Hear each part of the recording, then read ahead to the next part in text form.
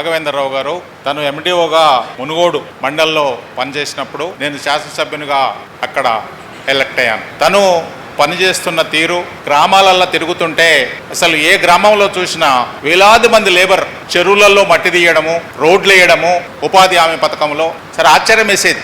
అరే నియోజకవర్గంలో మిగతా మండలాలు ఎక్కడ లేదు, ఈ మండలంలో ఇంత పని ఎట్లా జరుగుతున్నది అని చెప్పి నేను వారిని అడిగినప్పుడు వారు చెప్పిన విషయాలు చూస్తే నాకు ఆశ్చర్యం వేసింది. అంటే ఒక నిబద్ధత కలిగిన అధికారి ప్రజలకు సేవ చేయాలంటే, ప్రజలకు పనులు కల్పించాలంటే ఆ అవకాశం ప్రభుత్వంలో ఉండి కూడా మిగతా మండలాల వాళ్ళు ఉపయోగించుకుంటలేరే.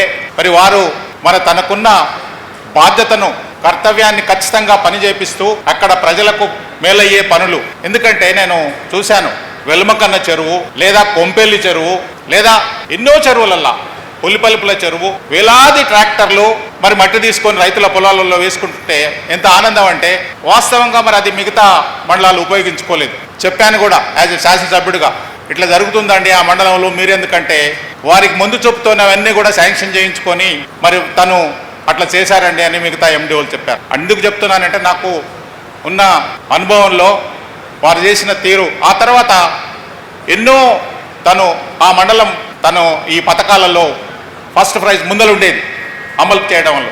ఇవన్నీ చూసినప్పుడు వాస్తవంగా మరి తనకున్న కర్తవ్యాన్ని, తనకున్న బాధ్యతను ఒక ఖచ్చితమైన నెరవేర్చి ప్రజల మన్ననలలో అట్లానే మరి పై అధికారుల మన్ననలు కూడా పొందారు.